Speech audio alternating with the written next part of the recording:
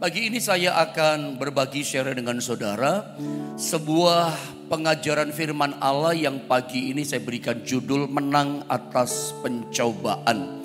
Mari langsung saja ya kita membaca ayatnya dalam 1 Korintus pasal 10. Kita akan sama-sama baca di ayat yang ke-13. Satu ayat yang tidak asing yang sering kita membacanya tentunya ya. Mari sama-sama kita baca 1 Korintus pasal 10 ayat 13. 1, 2, dan 3. Pencobaan-pencobaan yang kamu alami ialah pencobaan-pencobaan biasa yang tidak melebihi kekuatan manusia, sebab Allah setia dan karena itu Ia tidak akan membiarkan kamu dicobai melampaui kekuatanmu. Pada waktu kamu dicobai, Ia akan memberikan kepadamu jalan keluar sehingga kamu dapat menanggungnya. Sekali lagi pagi ini kita bicara tentang menang atas pencobaan. Saya selalu mengajarkan kepada saudara bahwa ketika pencobaan datang dalam kehidupan kita, ketika persoalan-persoalan datang menghantam kehidupan kita, yang paling penting bukan pencobaannya, bukan persoalannya. Selalu yang paling penting dalam hidup kita adalah sikap kita, reaksi kita, respon kita dalam menghadapi pencobaan itu. Saya sering katakan, kalau pencobaan datang, respon kita, reaksi kita salah, kita nggak pernah menemukan jalan keluar. Anda dan saya akan terus berputar-putar pada pencobaan itu dan tidak pernah mengalami jalan keluar kemenangan daripada Tuhan. Kita bicara tentang menang atas pencobaan. Bahwa ternyata yang paling penting, saya sering katakan gini, masalah dari hidup kekristenan kita itu bukan pada pencobaan atau persoalan kita hadapi. Karena kita terlalu percaya, kita terlalu yakin bahwa setiap pencobaan yang kita hadapi, mau besar pencobaan itu, mau berat persoalan itu, kita percaya Yesus Tuhan kita kuasanya jauh lebih besar, sanggup membereskan, sanggup menolong masalah kita, pencobaan kita. Sebab itu masalah kita orang Kristen bukan pada pencobaannya. Masalah kita orang beriman, anak-anak Tuhan, bukan pada persoalan-persoalan pencobaan yang datang dalam hidup kita. Karena kita tahu, kita percaya Yesus Tuhan kita pasti bisa menolong kita.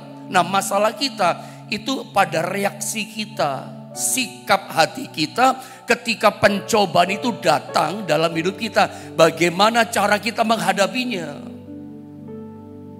Seringkali ketika pencobaan datang, saya pernah katakan yang kita pikirkan hanya jalan keluar.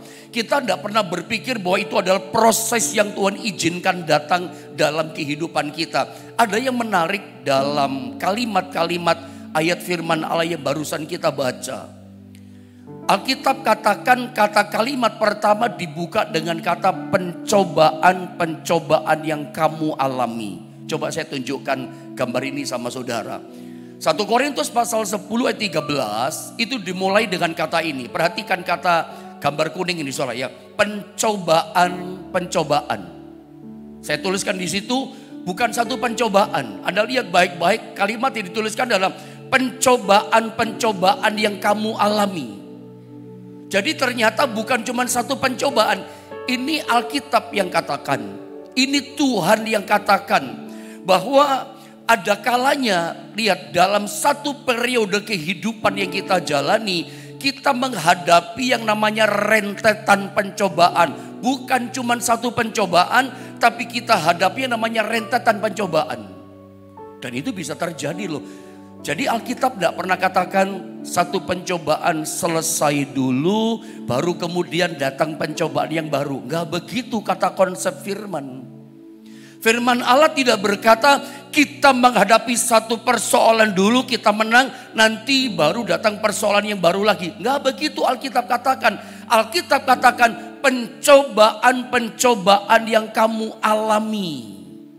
Jadi bisa jadi Tuhan izinkan dalam periode hidup yang kita jalani, dalam satu waktu hidup yang kita jalani, itu bisa jadi pencobaannya itu rentetan. Pencobaan satu belum selesai, datang pencobaan yang baru. Yang satu belum selesai lagi, datang lagi pencobaan persoalan yang baru. Bisa begitu. Pencobaan di sini, pencobaan yang macam-macam ini bisa pencobaan dalam keluarga kita gitu ya. Bisa itu pencobaan dalam keuangan kita, ekonomi kita. Pencobaan itu bisa juga wujudnya dalam pekerjaan kita, dalam masalah. Macam-macam pencobaan wujudnya bisa datang, kita alami menerpa hidup kita. Dalam rumah tangga, keuangan, ekonomi, dalam omset biasa naik sekarang turun. Atau pencobaan yang didatangkan oleh komunitas kita, teman-teman kita, dalam pelayanan, di gereja, dalam rekan bisnis saudara. Itu semua bisa mendatangkan pencobaan yang wujudnya berbeda-beda. Satu belum selesai, datang rentetan pencobaan yang lain, bisa begitu. Dan menariknya Alkitab tadi katakan pencoba, saya baca ulang sekali lagi ini ayatnya, lalu saya tunjukkan gambar kedua ya. Perhatikan kalimatnya. Pencobaan yang kamu alami, yang kita alami, yang rentetan macam-macam pencobaan dalam segala lini bidang hidup kita. Alkitab katakan ialah pencobaan-pencobaan biasa yang tidak melebihi kekuatan manusia. Perhatikan gambar berikutnya ini. Jadi ternyata Alkitab yang katakan 1 Korintus 10:13 Bapak Ibu Saudara, bahwa ternyata pencobaan-pencobaan yang kita alami, yang kamu alami, Alkitab katakan adalah pencobaan-pencobaan yang biasa. Tapi sejujurnya kalau kita sebagai jemaat atau anak Tuhan datang kepada gembalanya, datang kepada seorang hamba Tuhan, dia konseling masalahnya. Dia ceritakan, Pak Pendeta saya punya masalah ini, tolong doakan saya Pak Pendeta. Rata-rata mayoritas hampir semua gitu menurut saya, jemaat anak Tuhan yang datang kepada pendeta, konseling masalah pencobaan yang dia hadapi, minta didoakan. Semuanya rata-rata berkata pencobaan saya luar biasa Pak. Tidak ada orang datang konseling sama pendetanya itu persoalan pencobaan yang biasa-biasa, gak ada. Selalu yang datang mengatakan pencobaan saya, persoalan yang datang sama saya di awal tahun ini Pak. Aduh pencobaan saya berat Pak. Persoalan saya luar biasa Pak Pendeta. Tidak ada orang minta didoakan, datang minta doa, itu pencobaan masalahnya biasa. Tetapi Alkitab katakan yang menurut daging kita, yang menurut versi logika manusiawi kita, selalu kita berkata bahwa pencobaan persoalan yang kita hadapi itu persoalan pencobaan yang luar biasa menurut daging kita. Tapi menurut pandangan Tuhan, menurut prinsip firman Tuhan, semua rentetan pencobaan yang kita alami dalam kurun waktu perjalanan kehidupan kita, semua pencobaan itu adalah pencobaan yang biasa, plus dikatakan tidak melebihi kekuatan kita manusia. Itu Tuhan yang bilang.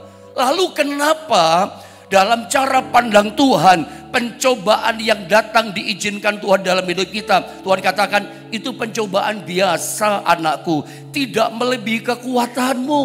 Persoalan yang datang dalam hidupmu itu biasa, tidak melebihi kekuatanmu. Tapi kenapa berbaliknya daging kita berkata apa? Ini pencobaan luar biasa. Ini pasti ada masalah dalam hidup iman kita. Kalau Tuhan katakan pencobaan kita biasa, tapi daging kita berkata, logika kita berkata, pencobaan saya luar biasa beratnya loh Pak. Berarti ada masalah dalam yang namanya daya tahan iman kita. Ada masalah dalam imunitas iman kita. Kayaknya antibodi iman kita bermasalah deh. Satu contoh ya, yang paling gampang Anda nangkep ya. Persoalan biasa berubah jadi luar biasa. Itu karena apa? Antibodi iman. Contohnya coba saya tunjukkan gambar ini. Bagi orang saudara yang terkena misalnya virus HIV ya. Atau saya bacakan saja ya. Batuk, pilek, flu itu penyakit yang biasa. Penyakit hari-hari gitu loh.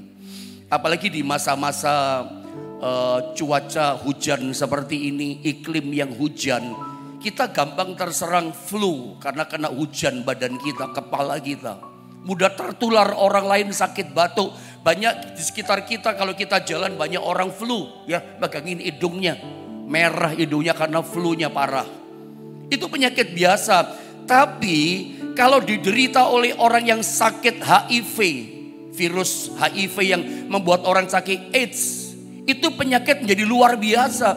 Batuk, pilek, influenza itu penyakit yang biasa, yang lumrah, yang normal diderita oleh orang yang sehatnya normal. Biasalah kita cuman minum air putih saja flu-nya bisa sembuh, katanya orang tertentu. Karena apa? Dia sehat gitu, tubuhnya sehat, antibodinya bagus, imunitas tubuhnya bagus gitu ya. Sehingga flu pun dia cuma minum air putih, dia katakan saya sehat. Ada orang tertentu memang gak bisa minum obat. Dia katakan minum air putih saja Pak Pendeta sehat. Saya punya teman pendeta gak bisa minum obat. Beliau sudah almarhum, ya usianya di atas saya lebih muda lah. Tapi gak bisa minum obat loh, kan repot saudara ya. Tapi mereka berkata minum air putih sehat. Jadi flu, batuk, pilek penyakit biasa. Tapi kalau kena orang yang virusnya HIV, AIDS itu ya, itu batuk saja. Kayaknya jantung rasanya mau rontok saudara ya. Lemah badannya. HIV yang diserang adalah sistem kekebalan tubuh. Virus HIV menyerang sistem imunitas kekebalan tubuh. Antibodinya diserang. Sehingga kemampuan tubuhnya jadi lemah melawan virus yang lain, melawan infeksi, melawan penyakit-penyakit yang lain. Antibodinya, kemampuan tubuhnya lemah banget.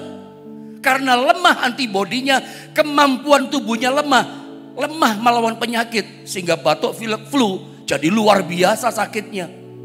Nggak sembuh, sorry saya katakan, bahkan bisa menimbulkan kematian barangkali. Penyakit biasa bisa menimbulkan kematian. Kenapa? Antibodinya diserang jadi lemah, tidak bagus.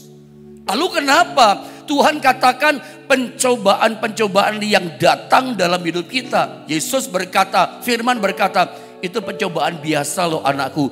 Tidak melebihi kekuatanmu sebagai manusia. Tapi kenapa dampak efek baliknya daging kita teriak? Logika pikiran kita teriak, mulut kita teriak, pencobaanku sekarang ini berat luar biasa loh. Kita tahu jawabannya sederhana saja. Kenapa?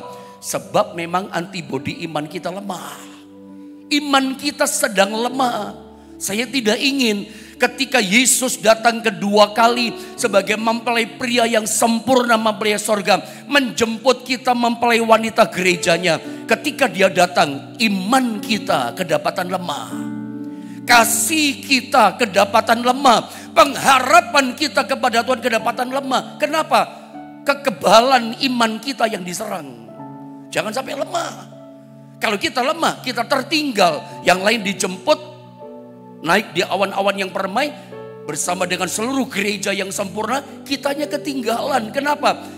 Tidak kuat hadapi pencobaan, iman kita lemah. Satu contoh yang barangkali ada sering mendengar ilustrasi ini.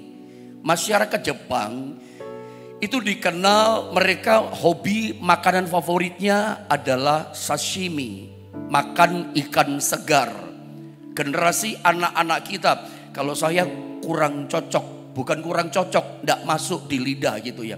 Tapi anak-anak kita yang muda-muda hobinya makan ini. Kita orang yang tua susah gitu ya. Ada sih generasi di umur saya hobi juga makan ini. Tapi saya pribadi belum bisa saudara ya. Tapi orang Jepang, masyarakat Jepang hobi favoritnya makan ikan segar, sashimi ini. Sebab itu sering kita dengar cerita para nelayan di Jepang. Makanya untuk mendapatkan ikan yang segar, maka mereka mesti melautnya di laut yang dalam. Dari pantai mereka harus bawa kapalnya itu sampai jauh di tengah lautan. Tujuannya apa? Dapatkan ikan salmon yang segar. Jadi nelayan punya ide supaya ikannya segar, maka kapalnya dibikin kayak kolam, dikasih air. Begitu nangkep ikan salmon, supaya tetap nyampe tujuan pantai segar, ikan salmon dimasukkan dalam kolam air itu. Tapi apa yang terjadi? Begitu nyampe pantai, dari tengah laut nyampe tujuan di pantai, di pelabuhan pantai tujuannya itu, ikannya sudah lemas ikannya.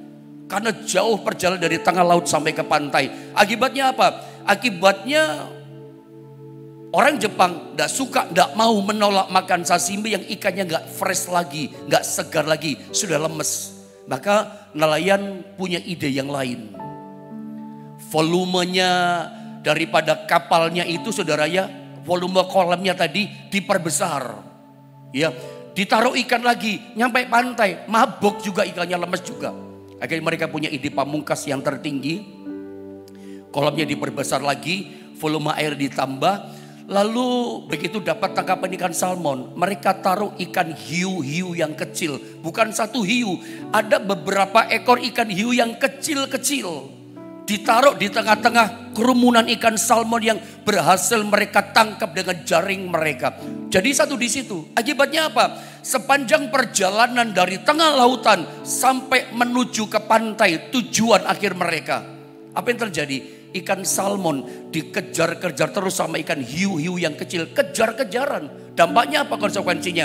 Begitu nyampe pantai, ikan salmon itu tetap fresh, tetap segar. Karena otot-otot badannya digerakkan terus. Dikejar-kejar sama hiu-hiu kecil. Lewat cerita ini, saya cuma kasih analogi pada saudara. Kenapa Tuhan izinkan pencobaan-pencobaan, rentetan pencobaan datang dalam hidup kita? Jadi pencobaan-pencobaan kita alami, yang Alkitab tuliskan, informasikan, itu adalah pencobaan-pencobaan biasa. Pencobaan-pencobaan biasa, rentetan itu seperti hiu-hiu kecil. Seperti kejar kita, seperti tekan kita, seperti bikin susah kita. Tapi ternyata pencobaan biasa itu hiu-hiu kecil. Membuat iman kita tetap waspada. Membuat iman kita tetap segar. Sehingga pada waktu Yesus datang, iman kita tetap segar. Pengharapan kita sama, kasih pun tetap segar di hadapan Tuhan. Bukan mabok iman kita, bukan lemah iman kita. Jadi pagi ini saya mau katakan, kalau ada di antara saudara sedang mengalami pencobaan-pencobaan dalam hidupmu, saya bukan satu loh Pak Pendeta cobaannya. Bukan cuma masalah keluarga suami saya, kerjaannya juga kami dalam masalah, ekonomi kami dalam masalah. Sudah 3 tuh. Belum lagi yang lain, belum lagi anak-anak saya Pak Pendeta, aduh belum mau bertobat, belum ke gereja Pak. 4 tuh pencobaannya. Kita berpikir berat Pak pencobaan saya, tapi Alkitab katakan itu pencobaan biasa, itu hiu-hiu kecil dalam hidupmu. Jadi saya mau bilang, saya mau tegaskan, setiap pencobaan yang Anda alami, dagingmu teriak, berat Pak pencobaan, itu hiu kecil. Lewat analogi cerita ini. Jadi yang Anda katakan, pencobaan-pencobaan saya luar biasa Pak. Cerita ini katakan itu hanya hiu-hiu kecil yang cuman kejar-kejar kita. Jadi Tuhan punya tujuan saudara ya. Jadi dalam desainnya Tuhan, dalam settingnya kerajaan Allah, dalam versinya 1 Korintus pasal 10-13, settingnya sorga, desainnya Tuhan Yesus, pencobaan diizinkan datang. Itu biasa, itu bagaikan hiu-hiu kecil. Tujuannya settingnya begini, supaya iman kita tetap segar, pengharapan kita tetap segar, kasih kita tetap melekat kuat kepada Tuhan ketika Dia Yesus datang kedua kali menjemput kita gerejanya. Tujuan kekristenan kita kan ngalami itu tujuan akhirnya. Final destination kita adalah menjadi gereja yang sempurna, serupa seperti Kristus. Dalam beberapa hari ini yang saya coba lepaskan pengajaran kepada saudara.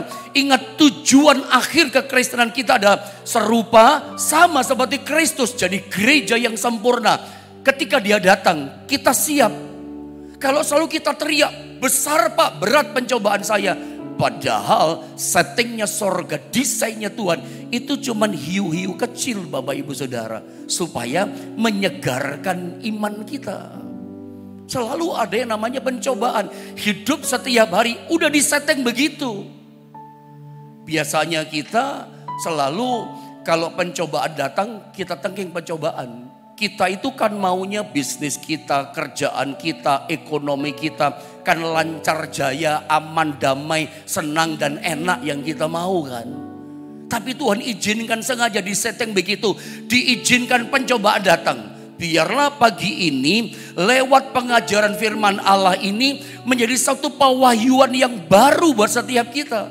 Ketika pencobaan-pencobaan bahkan rentetan pencobaan mungkin datang di hidup kita. Cara melihat kita bukan pakai cara penglihatan manusiawi daging kita. Mari pakai cara Tuhan melihat seperti di firman Allah. Bahwa itu cuma hiu-hiu kecil. Pencobaan rentetan yang datang dalam hidup kita. Tuhan punya setting tujuan. Supaya iman kita tetap segar. Itu tujuan Tuhan. Karena Tuhan ingin kita serupa seperti Dia.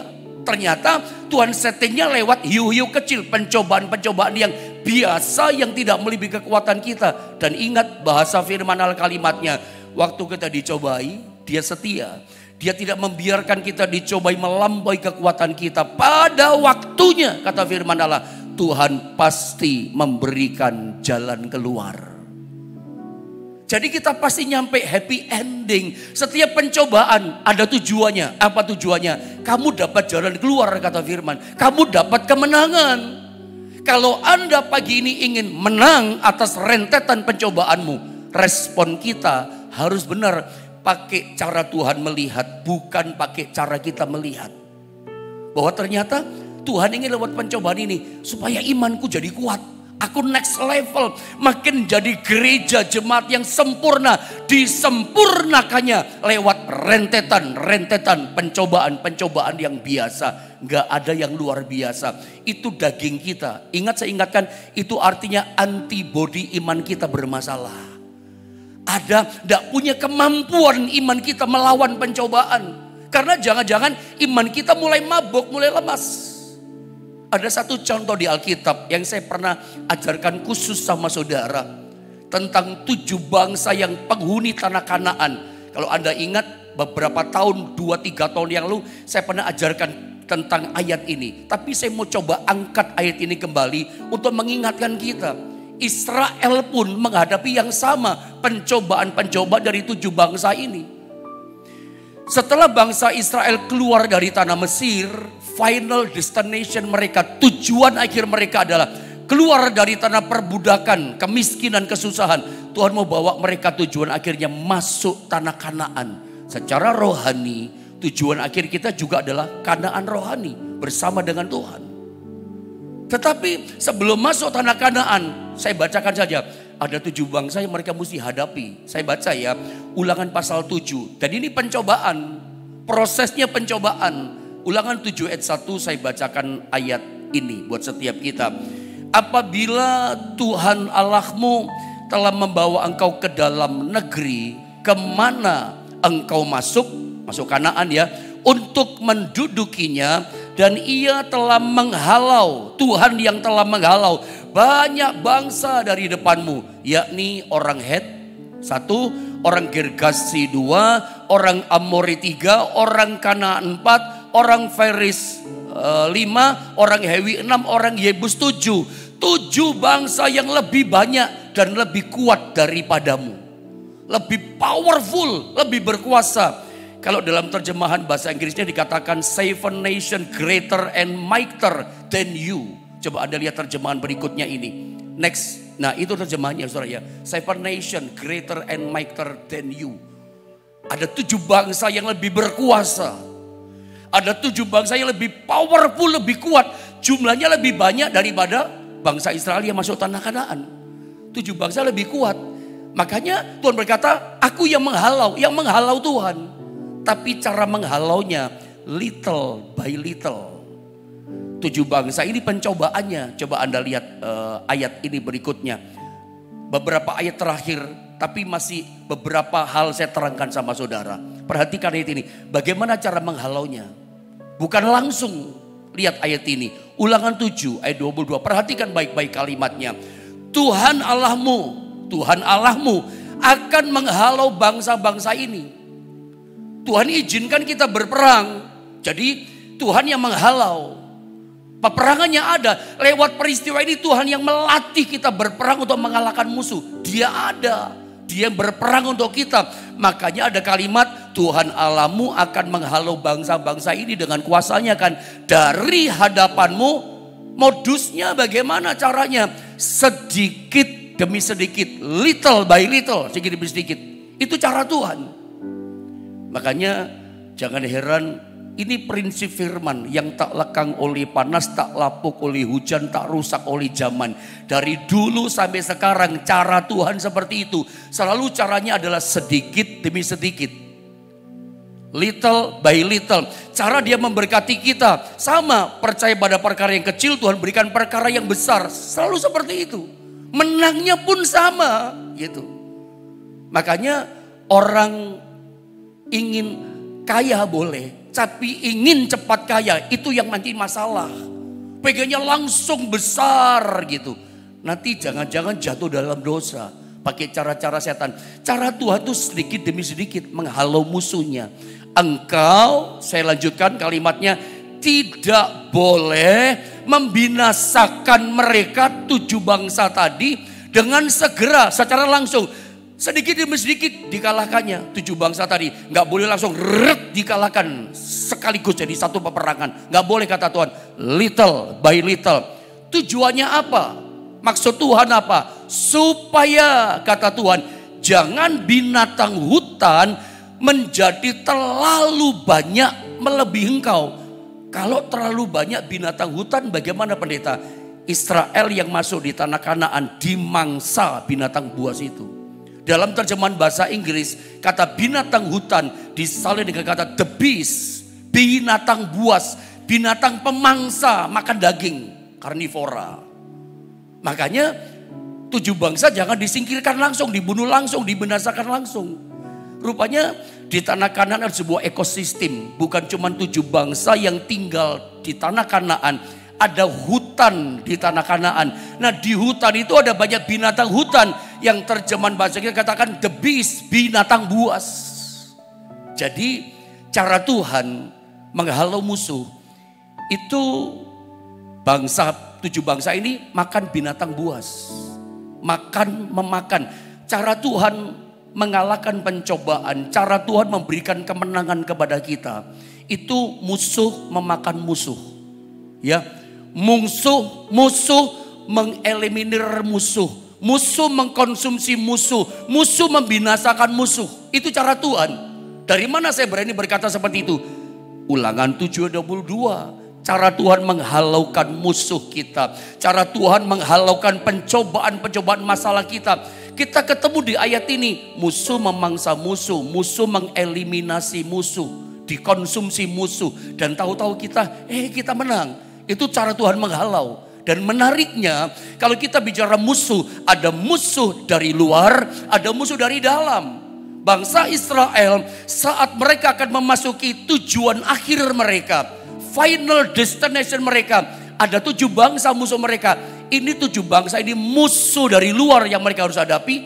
Ada musuh dari dalam apa? The beast, binatang buas. Kalau saya rohanikan ini menarik loh. Ya, the beast, binatang buas itu apa?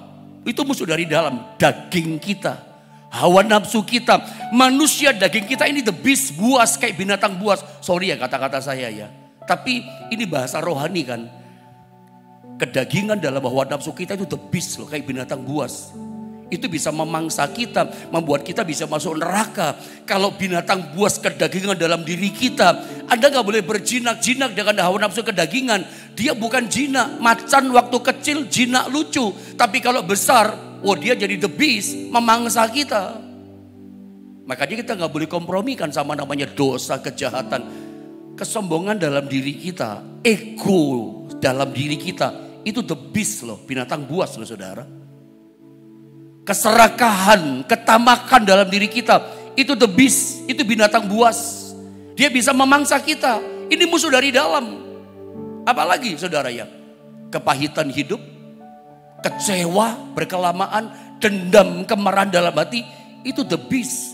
Itu memisahkan kita dari Tuhan.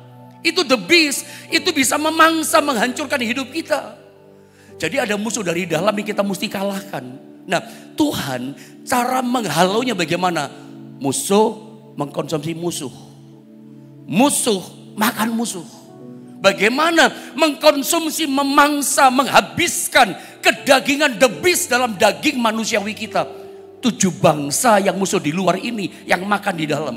7 bangsa itu tadi kita ketemu dalam Ulangan pasal 7 ayat 1. Ada 7 bangsa. Yang pertama namanya bangsa Het.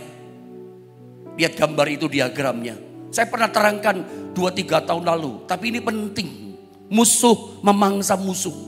Bagaimana memangsa the beast dalam daging kita. Ketemukan sama head.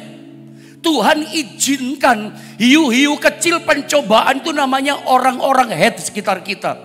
Selama kita hidup di dunia ini, tidak bisa tidak, mau tidak mau, disadari atau tidak, kita akan ketemu dengan orang-orang yang karakternya seperti orang head. Head itu artinya begini, teror. Handphone yang kita punya itu bisa meneror kita. Orang teror kita lewat handphone. Sorry saya katakan bukan maksudnya apa-apa saudara ya. Karena saya tahu dalam channel YouTube GSPD Jombang doa pagi ini macam-macam kan. Ada yang bos, ada juga yang mungkin biasa sederhana. Tapi saya gak punya maksud apa-apa. Tapi zaman sekarang pegawai pun bisa teror bosnya loh. Pembantu rumah tangga bisa teror nyonyanya. Teror ada di mana-mana. Bahkan rekan kerja bisa mendatangkan teror sama kita. Ada banyak teror. Teror itu arti gini, bikin kita susah. Ini orang rasanya bikin teror sama kita. Jujur, setiap hari kita kadang-kadang menghadapi ada teror-teror yang datang sama kita. Yang bikin kita khawatir, bikin kita ragu. Atau jangan-jangan nanti saya alami gara-gara orang ini. Ada teror. Tapi Tuhan izinkan hiu-hiu kecil teror datang supaya apa? Iman kita segar. Supaya ini loh memangsa yang tidak berkenan the beast dalam daging kita. Yang buas ini loh. Ketidakpercayaan itu the beast. Kekhawatiran itu the beast. Makanya ada teror. Supaya apa? Tuhan tolong aku Tuhan. Supaya kita bisa memandang wajahnya minta kekuatan Tuhan. Jadi kalau kita hadapi teror, ingat Tuhan pertolongan kita. Ada kadang-kadang kita ketemu dengan namanya orang-orang bangsa Girgasi. Apa itu Girgasi? Girgasi artinya adalah orang-orang yang menimbulkan persoalan. Anda pernah ketemu gak? Ketemu orang menimbulkan persoalan. Ya. Tiap ketemu ada lagi persoalan. Kadang-kadang gak ada apa-apa jadi ada apa-apa. Dan seringkali orang bikin persoalan sama kita. Orang bikin kesulitan dalam keluarga kita. Kita ketemu dengan orang-orang seperti ini. Selalu orang itu aduh bikin teror, bikin persoalan dalam hidup kita. Kalau kita ketemu ini memang desain settingnya surga seperti itu. Ini kayak hiu-hiu kecil. Bukan sesuatu yang luar biasa melebihi kekuatan kita. Ini menyegarkan iman kita. Supaya the beast di sini loh dibasmi, dimangsa. Ada yang ketiga dengan cepat waktunya cukup. Saya selesaikan 7 ya. Bangsa Amori. Amori artinya adalah membantah dengan kata-kata. Coba saya tanya. Anda pernah ketemu gak dengan orang yang Anda ngomong dibantah. Anda kasih opini cara pandang dibantah juga sama dia. Padahal dia pegawai kita loh. Loh kita ini bosnya ngomong kata orang Jawa dibantah terus. Tukang bantah. Anda bisa berjumpa loh hiu-hiu kecil namanya tukang bantah. Kita kasih solusi sama teman rekan kerja kita, dibantah pula kita. Kita banyak bertemu dengan orang sekitar kita tukang bantah. Kita kasih perintah dibantah, kita kasih jalan keluar dibantah juga. Jangan heran Tuhan izinkan di sekitar kita bertemu dengan orang yang karakternya modelnya tukang bantah kayak orang Amori. Ada sekitar kita. Itu bukan hal yang luar biasa. Itu hiu-hiu kecil. Bikin iman kita segar. Supaya mengkonsumsi the beast kedagingan dalam diri kita. Kalau kita ketemu sama orang ini. Aduh Tuhan. Kok ada orang rekan kerja kayak gini ya. Dikasih nasihat kok gak bisa. Dikasih solusi dibantah pula kita. Kan bingung kita. Gimana kerjaan bisa sukses. Ya sudah datang minta kekuatan Tuhan. Tujuannya cuma satu kok setting. Desainnya sorga untuk kita. Supaya iman kita, kasih kita, pengharapan kita kepada Tuhan tetap tot dan tetap segar. Ada yang orang keempat namanya Kanaan. Kanaan itu artinya adalah perangkap trapper. Pernah gak ketemu dengan orang yang modelnya kayak trapper gini. Bikin perangkap sama kita. Kelihatannya baik gitu. Tapi mau jatuhkan kita. Kita ketemu dengan perangkap-perangkap seperti ini. Ini bahaya orang sekitar kita begini. Dia gak senang kita sukses. Dia gak senang kita berhasil. Makanya dia bikin perangkap-perangkap. Bahkan zaman sekarang handphone yang kita punya pun bisa disadap loh. Itu pun bisa jadi perangkap. Terus ya, yang kelima bangsa Feris. Apa ini Feris? Ada hiu kecil namanya Feris. Feris itu artinya penyerobot. Nah ini lagi apalagi. Ada bisnis, ada pengusaha, ada berdagang. Pernah nggak diserobot? Mau dapat job diserobot. Mau dapat proyek besar, ada yang nyerobot. Jangan kecewa dulu, jangan kepahitan. Kalau ada kepahitan itu the beast namanya. Seringkali ini Tuhan izinkan apa? Supaya the beast di sini dimangsa. Mungkin ada hal yang gak berkenan. Masih belum terlalu percaya. Masih terlalu sombong merasa diri kita hebat. Tuhan izinkan penyerobot ini ada di sekitar kita. Untuk memangsa ini. Seringkali kita ketemu dengan penyerobot kan. Dan kita tahu yang namanya penyerobot itu profesinya pasti sama dengan saudara. Bisnisnya, kerjaannya pasti sama dengan Anda. Kalau orang jualan nasi soto, yang nyerobot siapa? Ya pasti penjual nasi soto. Nggak mungkin penjual nasi soto yang nyerobot pendeta gitu, nggak mungkin. Teman saya pendeta berapa lama yang lalu pada waktu bulan-bulan Natal cerita sama saya. Ngobrol seseorang, penyerobot itu Pak. Masa saya mau pelayanan di satu gereja besar di Surabaya. Saya dikatakan fitnah gini-gini, diserobot saya Pak. Satu profesi, pendeta pun bisa saling serobot, saudara bayangin. Saling menjelekan. Kita ketemu tukang serobot, itu hiu kecil. Apalagi saudara ya, 6. Saya selesaikan sampai 7 ya. Bangsa Hewi. Hewi artinya poison, racun. Orang-orang ketemu kayak racun. Dari depan manis wajahnya, cipika-cipiki. Waduh, bos ini baik ya. Waduh, bapak ini luar biasa. Di belakang ada ditelikung. Di belakang ada ditusuk. Di belakang ada dikhianati. Di belakang ada dirugikan sama dia. Kita ketemu dengan orang-orang kayak Hewi, poison, racun. Tapi ini hiu kecil, tujuannya apa? The beast dalam hidup kita. Terus yang ketujuh terakhir, bangsa Yebus. Yebus artinya adalah orang-orang yang berkelakuan jahat. Nah ini apalagi, sering kita ketemu orang berkelakuan jahat. Ada 7 macam karakter. Ada macam 7 pencobaan-pencobaan biasa. Hiu-hiu kecil, kalau Anda ketemu ini, berarti Anda sedang dalam trek jalannya Tuhan. Tuhan sedang bawa saudara menuju jalan keluar kemenangan yang luar biasa. Kalau Anda ingin menang atas pencobaan, nyampe pada tanah Kanaan rohani kita. Final destination, tujuan akhir kita. Rumah tangga kita mengalami Kanaan. Bisnis, usaha, pekerjaan kita mengalami Kanaan. Sampai anak-anak cucu kita mengalami Kanaan.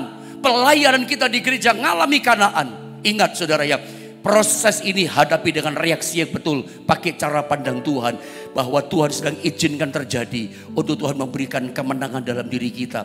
Reaksi yang betul. Sehingga kita makin diproses. Makin kuat iman kita. Makin segar iman kita. Sehingga ketika Yesus datang kedua kali. Kita menjadi gereja yang dewasa. Gereja mempelai wanita yang sempurna di hadapan Tuhan. Mari kita akan sama-sama berdoa. Kita menyembah Tuhan. Kita naikkan